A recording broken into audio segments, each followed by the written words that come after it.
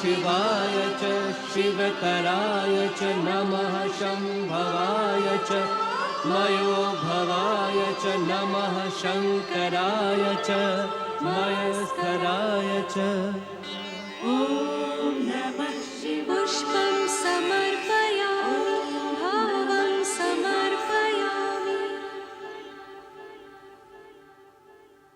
पार्वती पतये हर हर महादेव हर। ओम कल्याणम अस्तु।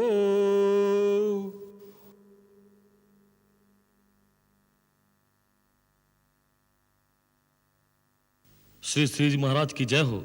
यहाँ कष्ट देने के लिए क्षमा चाहता हूँ महाराज। आपका आदेश था महर्षि विश्वामित्र जी के आने का समाचार तुरंत दिया जाए। ब्रह्मर्षि विश्वामित्र आ गए? जी हाँ महाराज, महर्षि विश्वामित्र जी आ गए हैं। नगर के बाहर आम्र वाटिका में उनके विश्राम की व्यवस्था कर दी गई है। राजन, उनके स्वागत के लिए आपको स्वयं जाना चाहिए।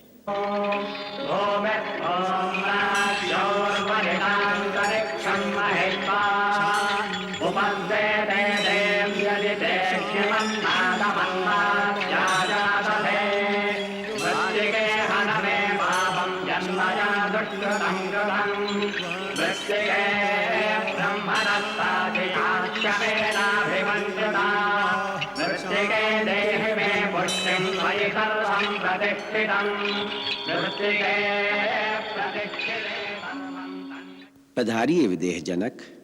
राजन विराजिए।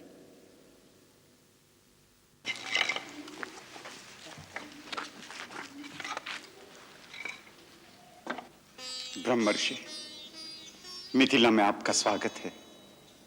आपके चरण रज से जनकपुरी पावन हो गई।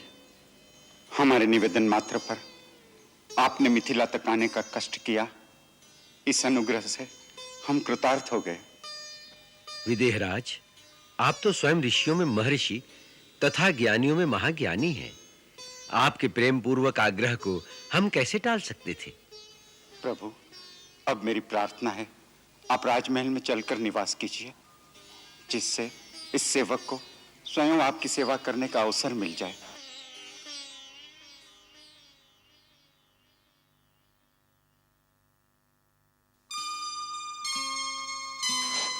कल्याणमस्तु।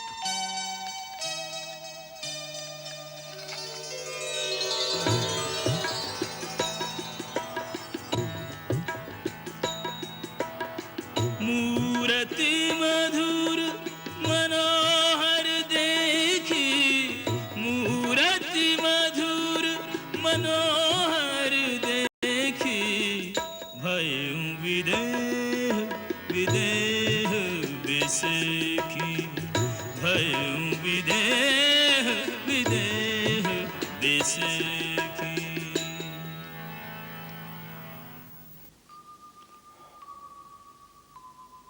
मुनिवर, ये दोनों अति सुंदर कुमार किसी ऋषि कुल की शोभा हैं अथवा किसी क्षत्रिय राजकुल के सपूत हैं। इन्हें देखकर मेरे सहज बैरागी मन में अनुराग की तरंगें क्यों उठने लगी हैं? मेरी आत्मा को ऐसा लगता है कि जैसे स्वयं परब्रह्म मनुष्य के रूप में धरती पर आ गए हैं। विदेहराज, तुम्हारा मन कभी झूठ नहीं बोल सकता। इनकी मोहिनी ही ऐसी है कि संसार के हर प्राणी का मन मोह लेते हैं। राजन, सभी को प्यारे लगने वाले ये दोनों भाई रघुकुल मणि महाराज दशरथ के पुत्र हैं, राम और लक्ष्मण। महाराज दशरथ ने इन्हें असुरों से हमारे यज्ञ की रक्षा करने के लिए हमारे साथ भेजा था। वहां इन्होंने सुबाहु, मारीच, ताड़का का संहार करके सिद्धाश्रम को आपदाओं से मुक्त करवाया। जब आपका निमंत्रण आया तो ये दोनों वहीं थे, इसलिए हम इन्हें अपने साथ ले आए। मुझे इनके दर्शन करा के आपने मुझ पर ऐसी कृपा की है मुनिनाथ कि जैसे कोई चांद को चकोर से मिला दे या ब्रह्म को जीव से मिला दे। ब्रह्मर्षि। गौतम कुमार शतानंद जी, हम जानते हैं आप क्या पूछना चाहते हैं। जनकपुर आते हुए हम श्री राम को श्री गौतम मुनि के आश्रम में ले गए थे, जहां श्री राम के चरण स्पर्श से आपकी माता देवी अहिल्या शाप मुक्त होकर अपने पति से उसी प्रकार जा मिली जैसे परशुराम की माता रेणुका अपने पति से जा मिली थी। ब्रह्मर्षि, मैं आपका कृतज्ञ हूं। हे राम, आपने मेरी माता का उद्धार किया, हमारे कुल पर लगा हुआ कलंक धो दिया। आपको शत शत प्रणाम। महात्मन, ये तो गुरुदेव की अनुकंपा है, मैं तो निमित्त मात्र हूं। अब इस दास पर कृपा करके राजमहल पधारिए। जैसी आपकी इच्छा राजन। राम, लक्ष्मण, चलो। भव्य, विशाल, अति सुंदर। धन्य है राजन आपका सत्कार। राजमहल की अतिथिशाला में ऋतुओं के अनुकूल सारे प्रबंध हैं महर्षि। ये सारे प्रबंध किस लिए? हम तो ठहरे तपस्वी। मुनिवर, आपके पुनीत चरण जहां भी पड़ जाएं, वह स्थान तपोभूमि बन जाता है। परंतु आपके साथ अयोध्या के राजवंश का आतिथ्य करने का सौभाग्य जो मिथिला को प्राप्त हुआ है, इससे बढ़कर हमारे लिए और क्या गौरव हो सकता है। भगवान, हमारे प्रबंध में कुछ त्रुटि रह जाए तो हमें उदारता से क्षमा कीजिएगा। शतानंद जी, आपके प्रबंध में त्रुटि हो ही नहीं सकती। महाराज जनक, आप हमारी चिंता न करें, आप अपने दूसरे अतिथियों की ओर ध्यान दें। जो आज्ञा।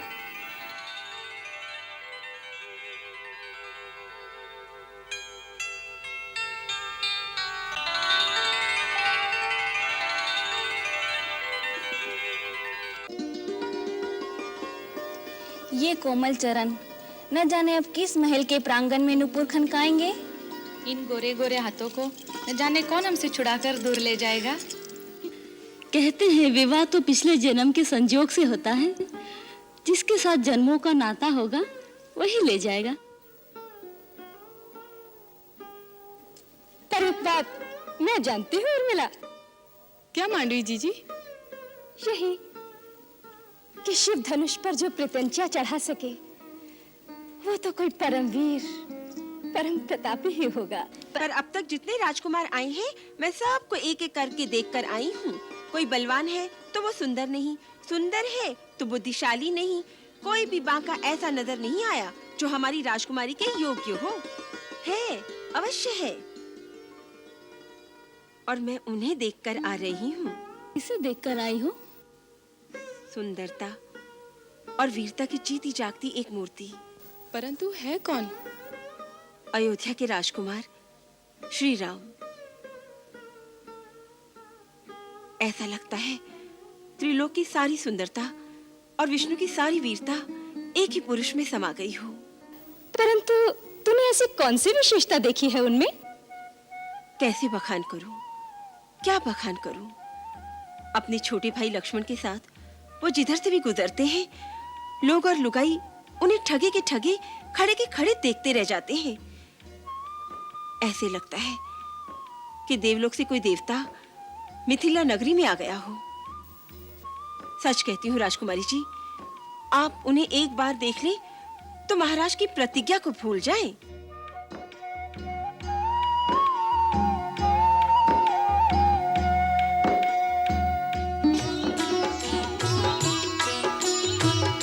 मुनिवर शयन कीन्ही तब जाई, लगे चरण चापन दो भाई, लगे चरण चापन दो भाई।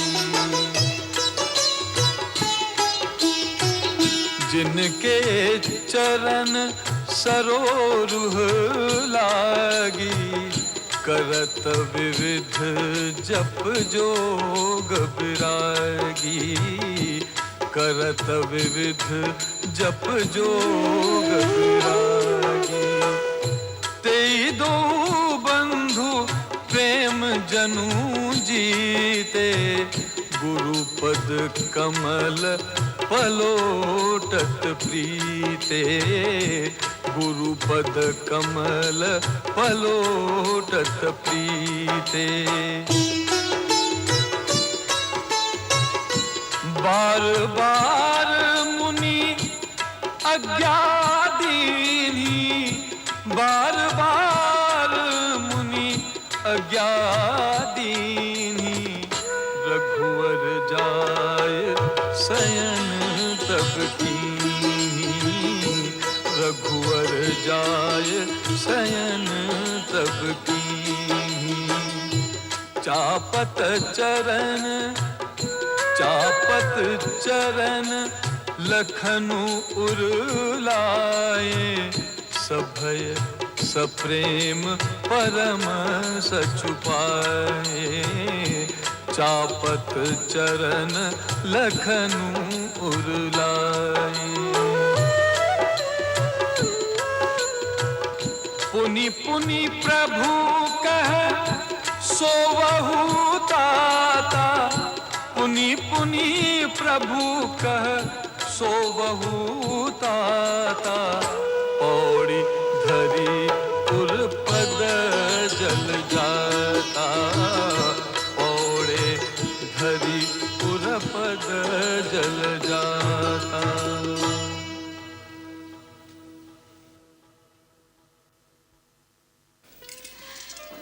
बेटी सीता, विधि विधान से गौरी पूजा करना, अक्षत धूप दीप नैवेद्य मैया को समर्पित करके भवानी के चरणों में ध्यान लगाना और माँ से प्रार्थना करना तुम्हारे योग्य वर मिले। आप ही चल के पूजन कराइए ना काकी जी। नहीं बेटी, इस पूजा में महारानी नहीं जाती। स्वयंवर या विवाह से पहले गौरी पूजन का जो विधान है उसमें केवल कुंवारी कन्याएं जाती हैं। वो भी केवल उसी मंदिर में जहाँ भगवती का रूप कुमारी का रूप होता है। कुमारी का पूजन करके मनोवांछित वर का वरदान गौरी मैया से मिलता है। और मिले मांडवी, सीता जी को संभाल कर ले जाना। चलिए जीजी।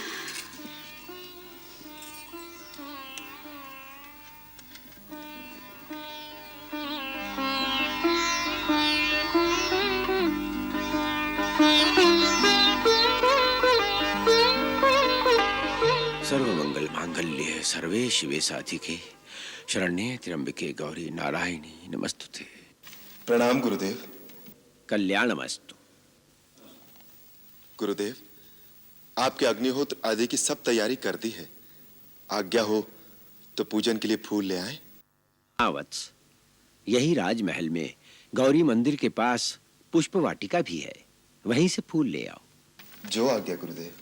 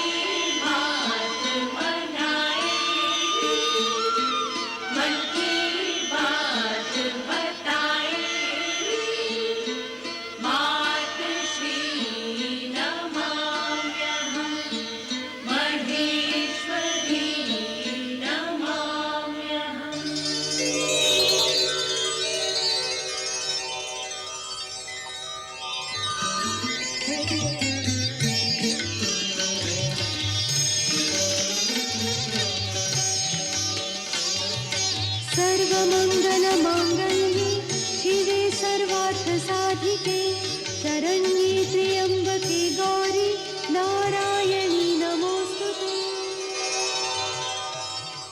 तता भवन ते प्रगट भय, तेहि अवसर दो भाई। निकसे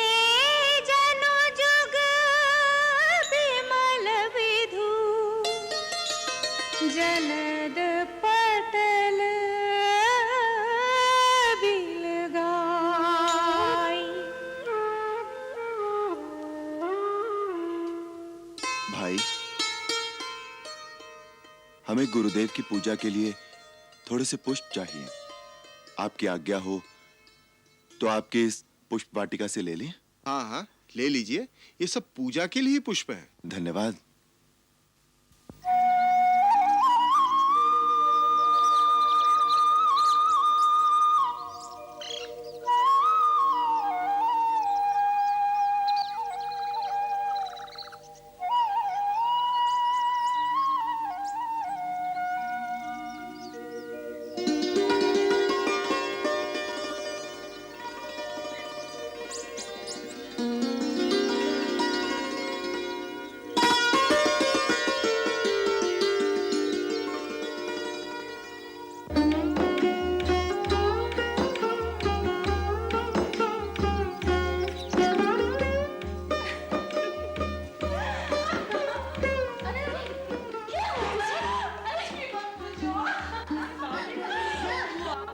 क्या हैरी, वसंत लता की तरह झूमे जा रही है? कुछ बोल भी। बाग बिलो